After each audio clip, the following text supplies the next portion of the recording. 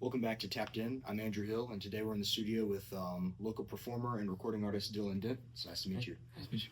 Thank you for stopping by. Yeah. I guess just to get right into it, I wanted to know. I think a lot of people like performing music. A lot of people do music as a hobby, but I feel like you've really gone for it and jumped in more than a lot of people have. I know, especially a lot of the venues I've seen you playing at on like your Instagram and whatnot. Yeah. Um, was there a specific moment in your life that really made you decide, or a specific factor that made you decide this is what you wanted to do? Yeah. I got in a car accident. Oh, yeah, Yeah. So I went to Radford. I graduated. And then I took a gap year. I studied athletic training undergrad, which is a pretty demanding major. yeah. So I was a little burnt out, and then I applied to grad school and I didn't get in. So I was like, oh, what do I do now? While I was sort of just like biding my time, still working at Radford, I did this thing called crew. And so while that year was wrapping up in April 2017, I got hit by a truck on like 81, literally like 4 miles away from Wow, like yeah. the exit. I was very, very close to my house and everything. So that was like, hey, that's shocking and jarring. I was like 22 years old. Life is going in a million different directions. And during college, while all that was winding up, I found myself like writing songs a lot more, like as a really passionate hobby. And so then I was like, well, if you can get hit by trucks, Right, yeah. maybe I'll give it a shot for a second and see how it feels. So I gave myself like a year and one project, and then I just really, really liked the actual work and doing the recording and all that stuff, I love the work, so Yeah, kept no, doing it. that's wild. That's a really Yeah. that's a great story. I guess. Yeah, no, for sure. Was there any specific songs that event inspired that we could that you know that you made or? From that like moment. Yeah, yeah, A lot of the earlier stuff. I went on like a writing tirade more or less that summer just to see if I could pump out song after song, if I had the ability. But some songs, there's a song called Nothing Left to Say, which I still perform quite often that I wrote like that year. And so that's a good one. A lot of the earlier stuff is out there, and some of I guess the later stuff, like I have an album out called Lovey Dovey, and that has some songs that I picked from that era. But a lot of the stuff on the first project, I have this thing called the Weirdo like series. It's 1 and 2 right now, but planning on for the third. But anyways, a lot of that stuff was written like that summer. yeah, So it's very I'm very like an intense guy. right, for sure. Uh, I guess kind of to piggyback off of that, your creative process or your writing process. Is there anything specifically you do, or a place you go, or how do you find that the songs you're making, or even the bigger projects like albums, how do you find that they come about or that they formulate? Yeah. It has changed over the years and it's changing again. But it used to be I had either more time or more freedom of time. So I could kind of sneak them in wherever.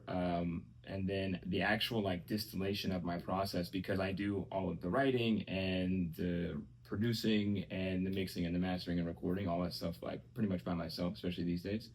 I work in like very lockstep processes for like an album.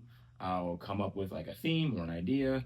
I'll do, the loose structure of whatever, write all the songs, and then make sure the production is clean, then record all the songs, and then pretty much mix all the songs. But that's having to like change a little bit now. I got a job in February, my first full-time job, Yeah, where, I sit in an office for about 8 hours a day. So that takes up a lot I of can time, imagine. I've been slowly trying to pivot. I don't write as well at home anymore. I used to write at home all the time, so now I find myself like, what if I really want to lock in and read or write? I have to leave and go to a coffee shop or like a bar or something, Yeah. and take my headphones and kind of lock in there, just because with my tired body, and then if there's a video game or a movie there, I'm like, I'm Yeah. gonna do that instead. No, I relate to that for sure. Yeah. Yeah. You mentioned in there you produce the songs yourself, Mm-hmm. right? I wanted to ask about the production of one specifically. A Penny for Your Thoughts. I think Yeah. is that your most streamed song? Yeah, it's up there, which Yeah. is it's funny that it is. I think it's a good song. Yeah. It's also the first song I recorded with any form of like live instrumentation. Oh, interesting. Before that, I had done all my producing. Like I started off on an iPhone, I think an iPhone like 7 or something. I don't know, but and just used like loop beats. And so this is the first time where I was at home with just working on GarageBand really, but like I had my guitar and a microphone and stuff, and I just had to figure out how to record it. Which looking back, I'm like, it sounds bad. But, yeah, so that one was interesting. I had been playing that song for like a year or two at the time, so I felt pretty familiar with it, and I was like, it's a decently strong song. I can kind of just release it, and if I don't get it perfect, it'll probably survive, and it kind of has. But stuff like that is interesting just to kind of grow that process too. I'm still learning a lot. Yeah, no, well, I mean, that worked out well, it seems, that one song. I like, I know in the production layer at least, the, like penny jingling sound. Yeah. Yeah, did you just find that sound on through like a... No, I did that. Oh, cool. Yeah, so like there is I'm a very use what you have type of guy. So some sounds are hard to get. Like I have like a space themed rap album where I have to, and I did like a live version of that album where I use like spaceship sounds and all that stuff. Download that from the internet. But like if I just need a sound of change, I'm like, well, I can find a couple of quarters. So I did. I just like had some coins in my hand and I just kind of tossed them around, and then I was like, well, then I'll just loop it up because I'm not going to sit there tossing coins for 4 minutes or whatever. But yeah. So did you I think you said you used GarageBand for that? I still GarageBand to this day. Yeah. Yeah. That's I'm sure that's probably great news for any I guess young artists out there. You can use stuff you don't have to pick up your phone. If you have an iPhone, you have really a music production studio. Depending on how you want to do your vocals and all that stuff. And if you're okay with a dirtier sound or you can work that artistically, do it. It's free. It's easy. It's great. For sure. Yeah, I think a lot about your story, especially I didn't know that part about the car accident. It's very inspirational in that way. I wanted to ask, speaking of, I guess, artists, are there any that you've been listening to lately? Anyone you'd like to put on the people's radar? Like locally or national? Locally, I think. Okay, cool. Fits more on the theme, but yeah. I mean, locally, I've made a ton of like friends. I consider them friends. I mean, some people are pretty famous at this point. Like I listen to Paul Miner a lot. I always shout them out when I get a chance. Although they're to me, relative now, a huge band. Yeah. But I got friends. I got Tay the Truth. I got Just Some Random Dude. There are rappers here in the city. VG has come from LA to here, back to LA, back to here. There's another rapper in the city. I like the Stray Lions. I made a song with them. There's some other, I'm forgetting a lot of people, I'm sorry. Grables came out of Roanoke. I think they're in like the New York area now, but they're big fans. I'm big fans of them. That's Boucher's son, right? Yeah. So I love Grables. I like a lot of the songwriters. Amelia Impson. We got Kobe T. Helms I've met, once or twice. Bigger Axe, Jared Stout, all that stuff. But yeah, I mean, we're dripping with talent in this general area. It's kind of crazy.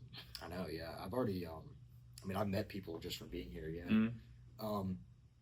I guess probably the last thing is there anything we can look forward to that you're working on? You mentioned that to me a bit earlier, but anything you can talk about that your fans could be? Yeah. I've got something that I hope to be out next spring. I'm trying to be lenient, but you got to set a deadline just so you can light a little fire under yourself. So I'm hoping to have this project called The Lost Valentine out as sort of my own response to my last album, which was Lovey Dovey, out, and that'll be like mostly rap focused, kind of cool and expansive, hopefully out by next spring. I've got a bunch of other endeavors that I've dipped my toe into acting, so I got a play this weekend.